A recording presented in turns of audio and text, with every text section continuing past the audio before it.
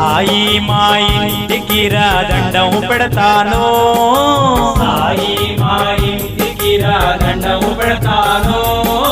వెన్న పూస వేసి వేడి బువ్వ పెడతాను, వెన్న పూస వేసి వేడి పువ్వ పెడతాను, సాయి మా ఇంటికి రా దండం పెడతాను, సాయి మా ఇంటికి రా దండం పెడతాను, వెన్న పూస వేసి వేడి బువ్వ పెడతాను, వెన్న పూస వేసి వేడి పువ్వ పెడతాను.